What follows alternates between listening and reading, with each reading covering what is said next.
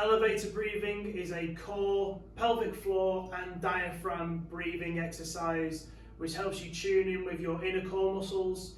These are really important for both knitting any diastasis that people might have, as well as just getting in tune with all the inner workings of the core. It's really important that these muscles are working and stabilizing all of the trunk when we're going for exercises. Otherwise, other muscles can start to take over where the core should be working, and that can often lead to injuries.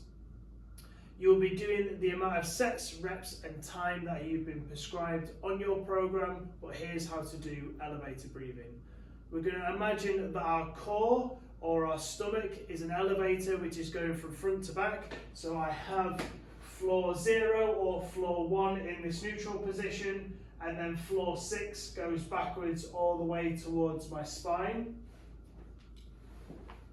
I'm going to be sitting up nice and tall. I'm trying not to slouch over, so I'm almost thinking that someone is pulling the top of my head up towards the ceiling. I'm going to place one hand on my stomach and one hand on my chest.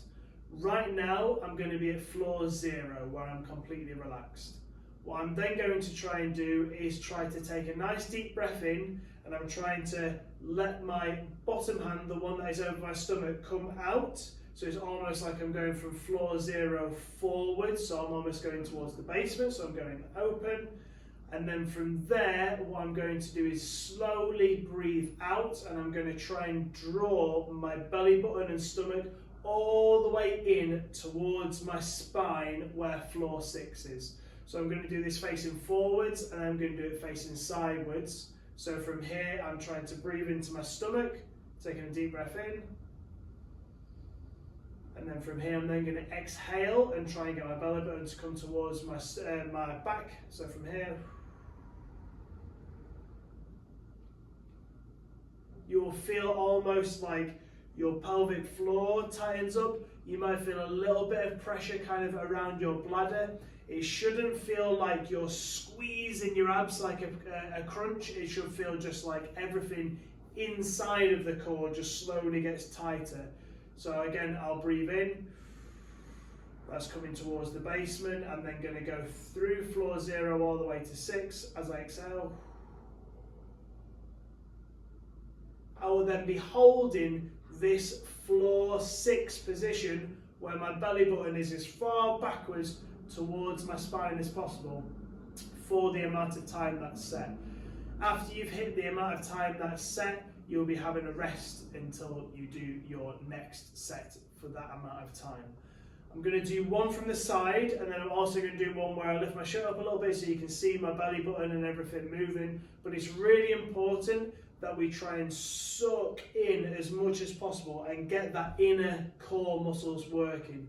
It can be quite hard to hold this when you first start, but try and just keep it as engaged as possible. The thing we're trying to do is get those muscles to work. So if we suck our belly button in and then don't really engage any of the muscles, we're not getting the benefit from this exercise.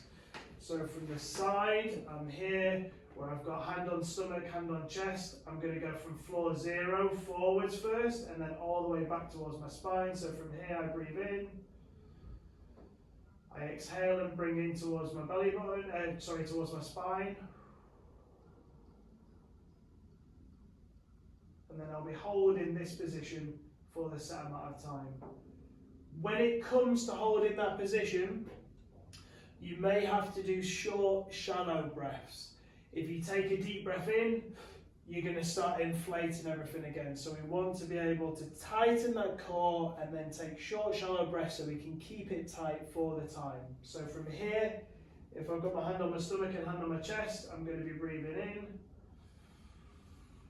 And then I breathe out and pull in. I'm trying to close this as much as possible, and I'll be holding that for that set amount of time. When I come to finishing, I can just relax back down to a normal position. That's going to be elevator breathing.